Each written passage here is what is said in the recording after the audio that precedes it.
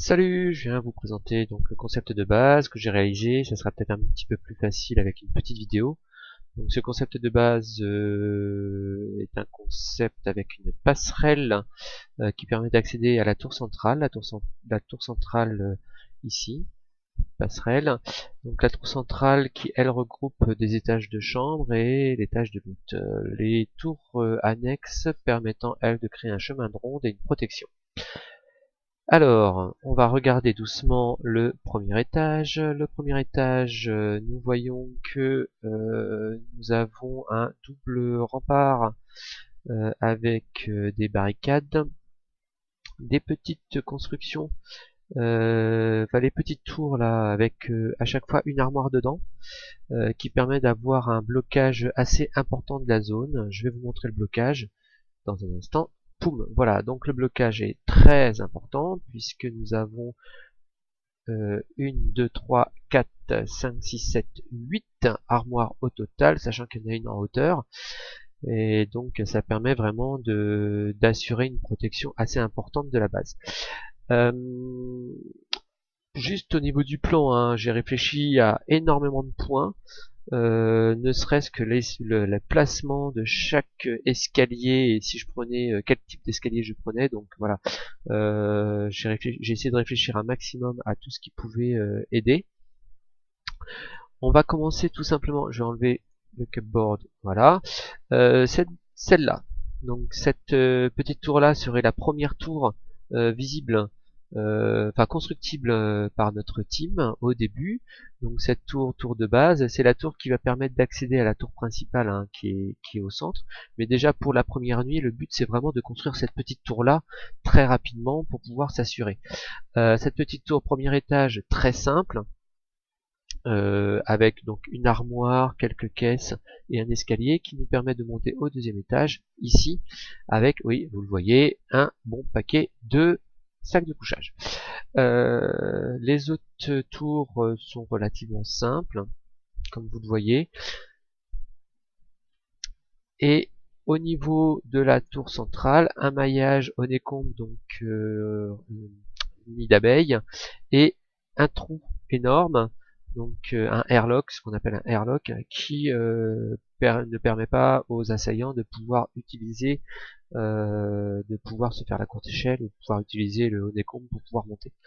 Donc les différentes couleurs sont les couleurs qui sont à respecter par rapport aux matériaux, c'est-à-dire le gris pour la pierre, le marron pour la tôle et le gris foncé pour le blindage. Voilà. Donc on va continuer à monter tranquillement. Je vais essayer de faire très rapide. Donc premier étage, enfin premier vrai étage de vie pour la grande tour. Donc on voit qu'il y a une passerelle, et cette passerelle sera toujours faite en paille. Le but du jeu c'est de laisser la passerelle construite tant qu'il y a du monde dans la tour. Au moment où on part en raid, où on part en farm, ou qu'on est tout seul et qu'on se déconnecte, le but c'est de détruire avec 4-5 flèches ou un coup de fusil cette passerelle. Et la passerelle une fois pétée empêche l'accès complet à la tour principale. Donc la tour principale avec un grand hall d'accès pour ne pas se taper les uns les autres, quelques vides-poches à l'entrée, une fenêtre pour pouvoir permettre de se défendre au cas où quelqu'un essayait d'avancer, et à l'intérieur, une fois la porte ici passée, la table de recherche, la table de réparation et quelques autres caisses pour pouvoir stocker un petit peu de matériel. Donc tout ça très très rapidement accessible. Je monte d'un cran. Le cran d'après, via une trappe, nous avons des chambres. Les chambres sont construites pour être doubles, c'est-à-dire 2 personnes par chambre, avec possibilité de mettre jusqu'à 4 caisses puisqu'il y a des étagères. Voilà, on monte un cran au-dessus, de nouveau un étage de chambre. Donc le total des chambres permet de faire 24 lits de dispo pour donc 12 chambres, 24 lits. Nous avons au-dessus, donc pour monter encore un cran, un étage vide. Cet étage vide, en fin de compte, c'est juste un système très sympa qui est une double trappe. Donc comme vous voyez ici, nous avons une première trappe. Nous n'avons aucun moyen d'autre accès de retenue. Donc si les assaillants essayent de péter cette trappe, ce qu'ils seront obligés de faire pour pouvoir rentrer, à ce moment-là ils vont se retrouver dans un vide de 2 niveaux et ne pourront pas accéder au niveau supérieur, la loot room. La loot room qui est ici avec un central blindé où on pourra vraiment mettre genre l'HQ ou des choses comme ça et le C4 et un grand nombre d'étagères extérieures où on pourra mettre tout le reste. J'ai fait un petit puits ici, comme vous le voyez.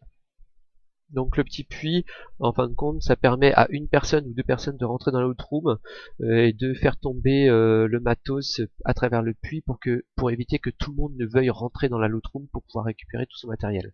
Voilà. Et petite astuce, merci Féos aussi, puisque la double trappe c'est une idée de Cheese apparemment.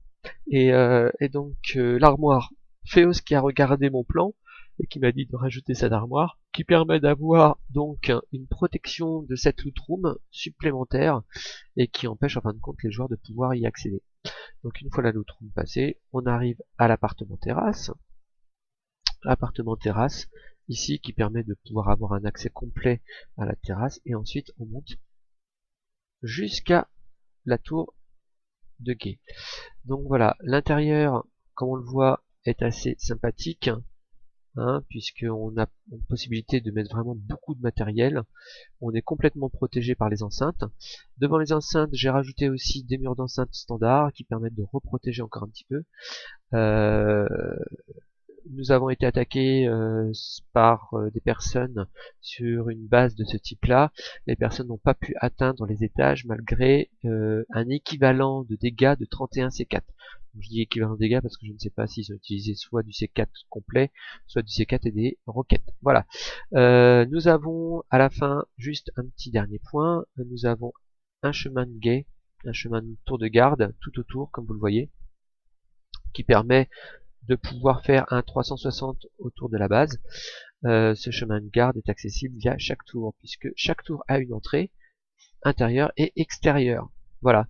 Donc, écoutez, vous avez le Fortify hein, pour regarder plus en avant. Et puis, en espérant que ça vous plaise. Ciao.